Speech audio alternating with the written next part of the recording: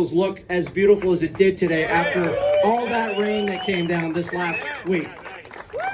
And I loved it today, and thank you so much for doing so much work to get it ready. I want to thank Mike Prescott at Montegrano for throwing beers on all over the golf course. I want to thank Tommy Bahama for supporting us for 11 years with some swag. Who else am I thanking? I want to thank John Dugan and John Dugan Sr. and all the Dugan family for helping us with that. I want to thank Clayton Chan, who's helped us every single year with Ladle and Leaf with the soup. The Wiedemeyers, Bread family, the Strain family. Am I missing anybody? Whisper in my ear if I did. You're all important to me and this community for making this happen. Someone told me this is the first time they've come to the DLTB today. And they said, I am in this for life. Thank you guys for showing up. That's amazing. I think I've thanked everybody, but I have one more thing to do. I need to give away the closest to the hole. So thank you for donating. We've raised $1,420 for the Dan Linehan Scholarship. And thank you for those who are a tea sponsor for today. We've raised over $3,000, and I believe that this is the second scholarship that Dan Linehan has. I'm sorry, I don't have the numbers, but it's doing great to help those who need tuition assistance at St. Ignatius. Coming in at 12 feet and 10 inches is Billy Ollinger, the winner. Come up here, Billy. We got a bunch of cash we're gonna throw at you, and you're gonna,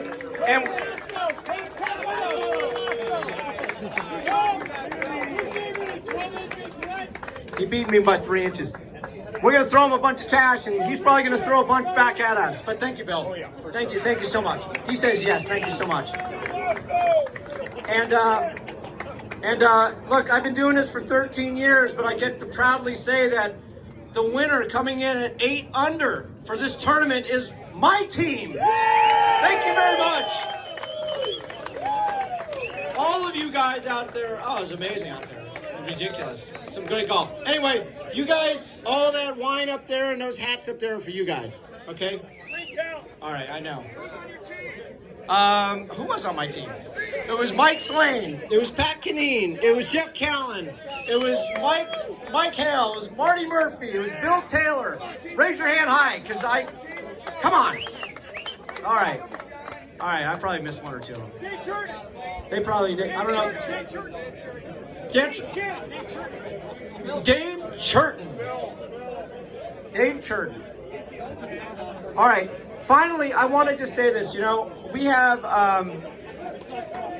Hey, hold on. You'll have all night to go loud and strong tonight. Thank you. God. Old school enforcement. That is great. We have people here from SI and beyond. We have a Jim Murray here from the class of 1947. Put your hands together for that. This is Dan's father-in-law and Diane's father. Thank you, Jim, for being here. Thank you, Mr. Murray. We appreciate you for being here today. And everybody. I'm going to turn this over now to my good friend and my co-host, Pat Kineen. Pat and I started this event with a few people, including Dan, 13 years ago. And Pat wants to say a few words. Oh, hey. Put me on the spot. Hey, before I start to say anything, big thank you to Tom, everybody. We were at our annual Christmas luncheon that starts at 11 and ends at 3 o'clock in the morning every year, and he had just got this beautiful place, and we started having a few horns, and the next thing we decided to have this great function, not to make money, but to get together as we did on the Christmas luncheon with a bunch of good friends, to have some drinks, have a few burgers, and have a few laughs, because as I said earlier in the toast, that's what life's all about, right? Family, friends, and having some good times. So with that being said, want to invite all of you to our dear friend Jim Lucas's funeral which is on Friday, 10:30, St. Brennan's, and a little party in the park after. But as you know, Jim was a big part of this operation too, and we wish him the best, and God bless Jim. With that being said, the only other thing I wanted to say was God bless Dan too, right? He is a great guy, had some great laughs. When Tom and I first decided to do this, we thought it might cannibalize the SI golf tournament, because we were kind of the ragtag cowboys going to do this. And we told Dan, and Dan said, "You kidding me? I want in. Let's do it."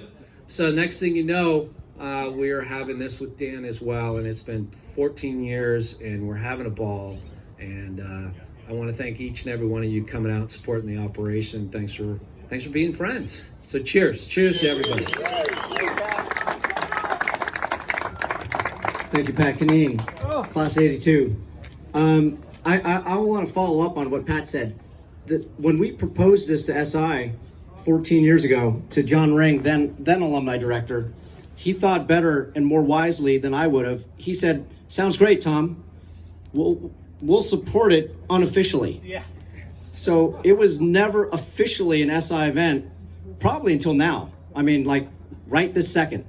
So it has now been an official SI event. Because, John's a smart guy. He did not want to take the liability of these guys out here. Nobody wants that. So, all right. Well, one of the greatest things that we've done about this event is what's going to happen next. And that is to give somebody the Dan Linehan Spirit Award for being the person for and with others, being that person that we know Dan was to us. He was special to me and every single person here today. So the person I'm going to introduce next is going to introduce that person, and he needs no introduction, but I will try. He is an alum. He is a Christ the King awardee. It's the most important award we give at the Alumni Association. He describes Dan as someone who snuck into Westlake and stole a jewel from the crown of the Murray family, and that jewel's name is Diane.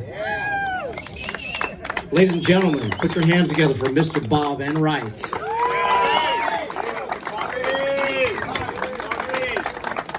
Thank you, Tommy. Just the way I wrote it.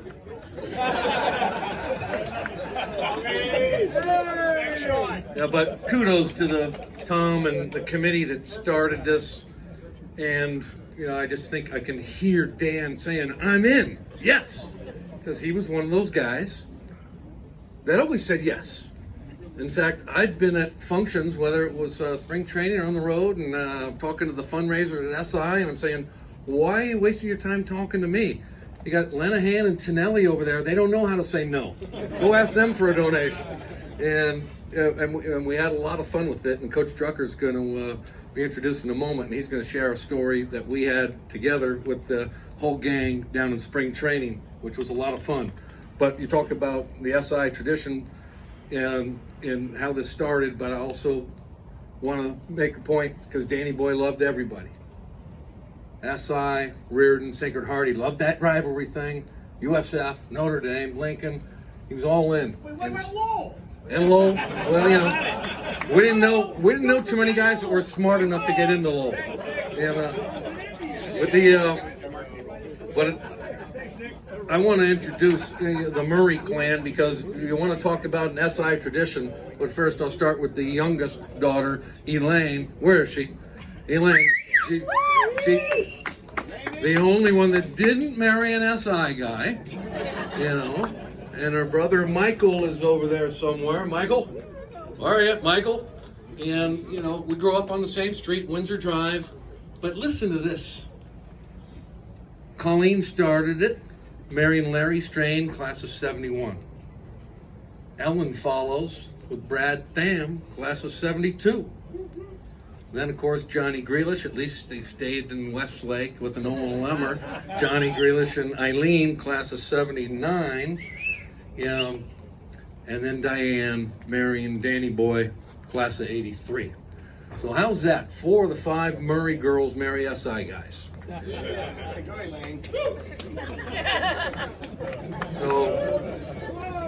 there's everybody here, of course, loves Danny Boy and has their own. We could stand up here and tell Danny Boy stories all night, but one in particular was always a favorite of mine because he served as well as a lot of you guys on the SI alumni board.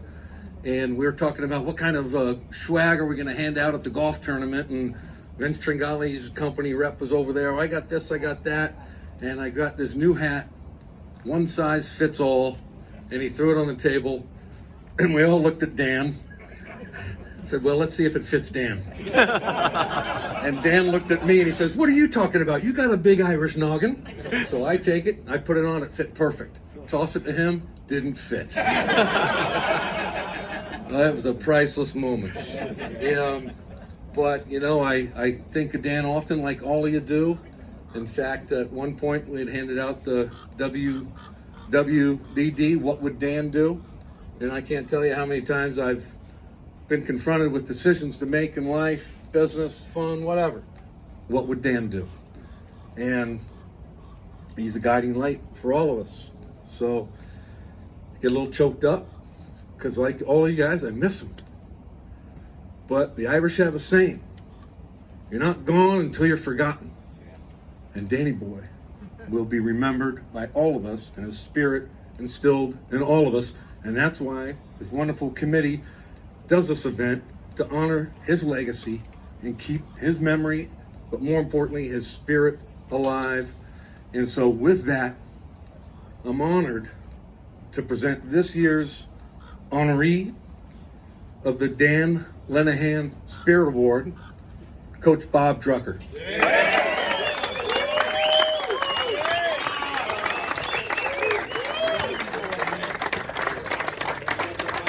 Notice neither Coach or I are going to stand on the chair to talk. And if you remember when Billy Callanan put it on? He called it a kimono.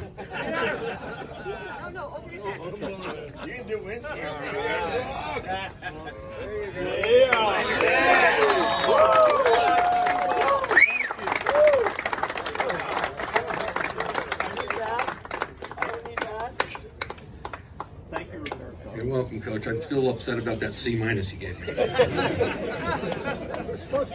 Well, I'm happy to see everybody tonight. It's been so emotional today. It's just unbelievable. There's so many of you here who have been part of my life.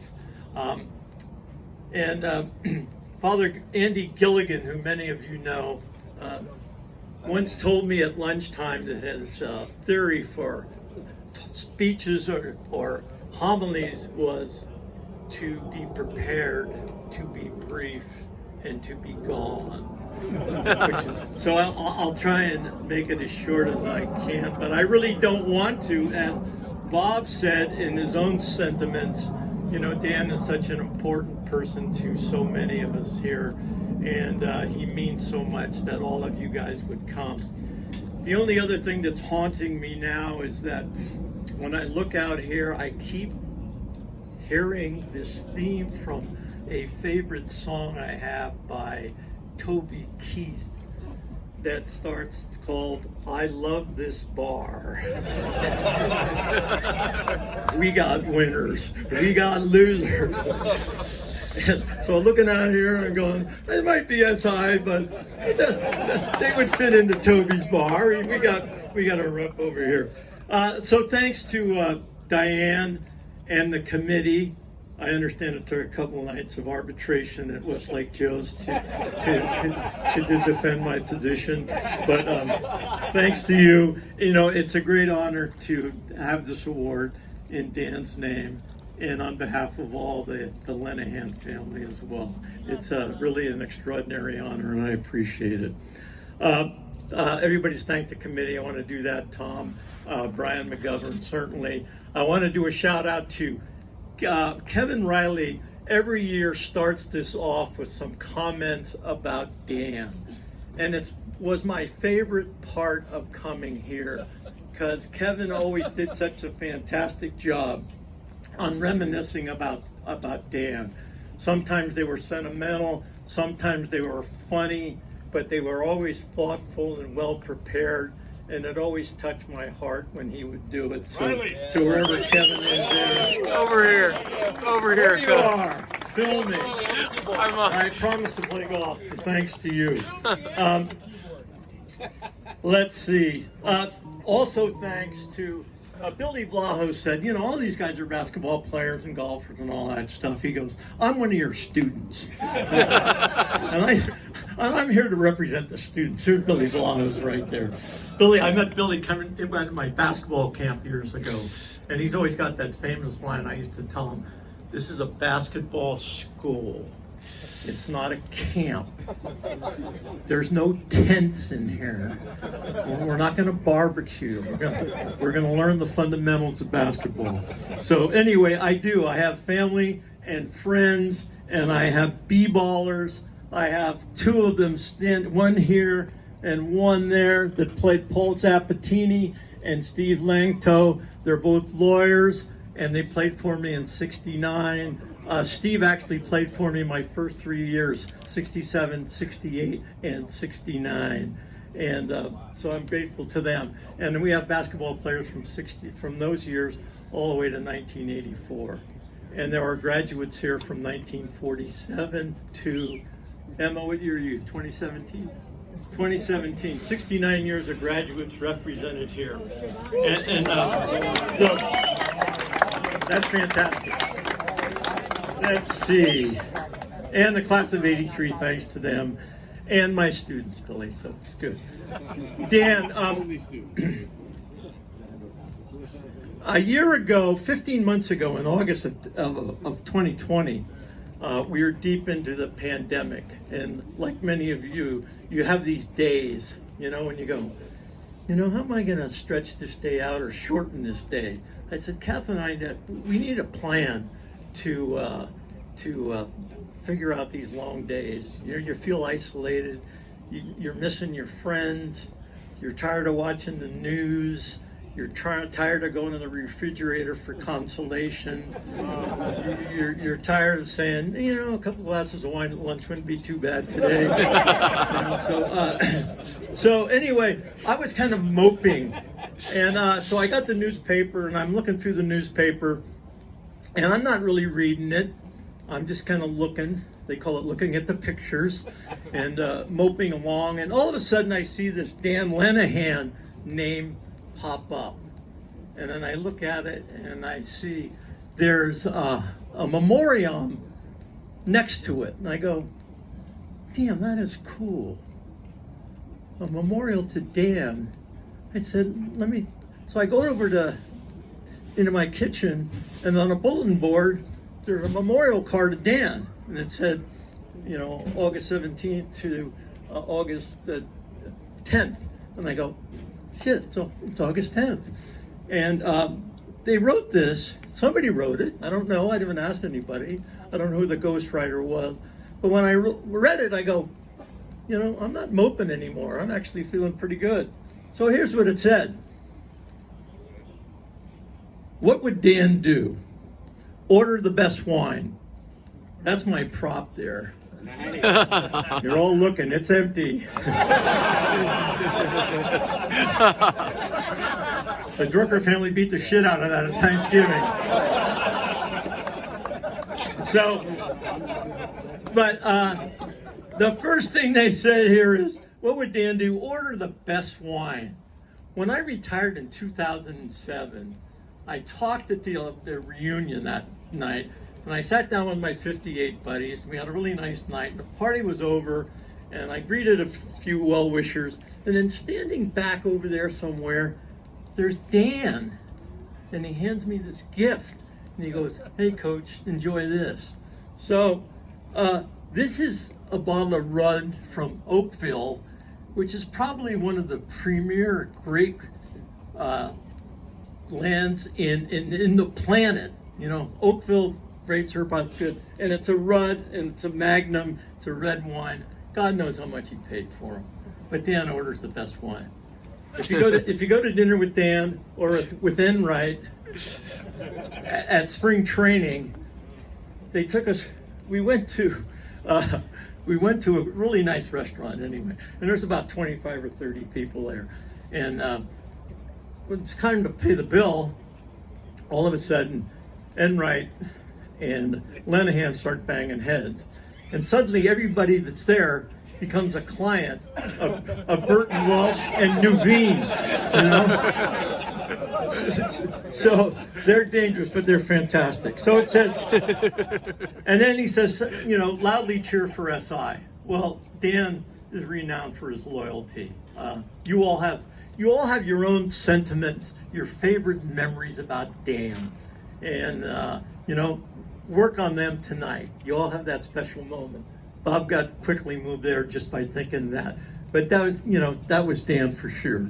A loudly cheer for SI, his loyalty, not only to SI, to USF, and to any charity in the city. You can ask Diane about that. Anytime anybody needed a hand, Dan was the first one in line. Attend Mass every Sunday. Dan was, you know, really a man of faith. He was a Knight of Malta, St. Anne's Home. What else? Little Sisters of the Poor. You know, anybody that needed something. And, you know, that adds to his legacy there. Bask in the Giants and the Warriors championships. Oh, he'd have a lot to say about that right now. Particularly being a quarterback with the 49ers. Anyway.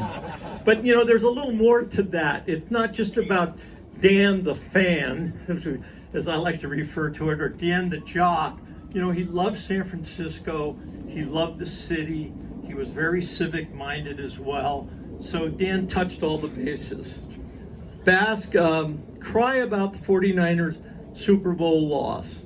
Enjoy the company of his friends. My goodness, so many of us are here, and there's millions more out there that we don't even know about. Adore his mom. Proudly brag about Shaban, Patrick, Molly. Love Diane madly. Remembered with love by your friends in the SI class of 1983. 10 years later, this was in the paper. This is what they remember about this guy. This is the depth of who he was. And so I have to turn this page here. You know, I just kind of summarize it by saying Dan's generosity is overwhelming, his loyalty, his faith, his civic mindedness, his friends, and the joyful attitude he had towards so many people, and he loved deeply his family, his friends, and all who think of him every day. You know, when we start this, as many of you experienced today, we start this with usually Kevin saying a little something, and then we have a shot, and we toast Dan. But when I thought about that, I kept thinking about all these characteristics of his life, and it dawned on me there's a little irony to that, because I really think Dan is really keeping a close eye on all of us, and that's why we're here today. It's not a one-way street. We toast him, but he's keeping a really close eye on us. Hope to see you next year.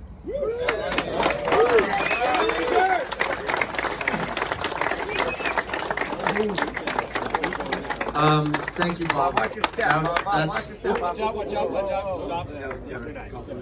Coach sank a 24-foot putt on his last hole. There you go. Okay, so there's a white Honda, license plate 8LBC481 down below, and a Silverado silver truck 93795F2. Those cars are in danger of being towed right now. If those are your cars, that's down below. All right, now up. Some friends of mine decided to stop by from Sonoma. Mike Ahern, Lee Hada, Chris Katovo, the Mike Ahern trio. They're here to help keep the spirit alive while we have food. You guys enjoy yourselves tonight while they play some music. Thank you for being here tonight, everybody. Thank you.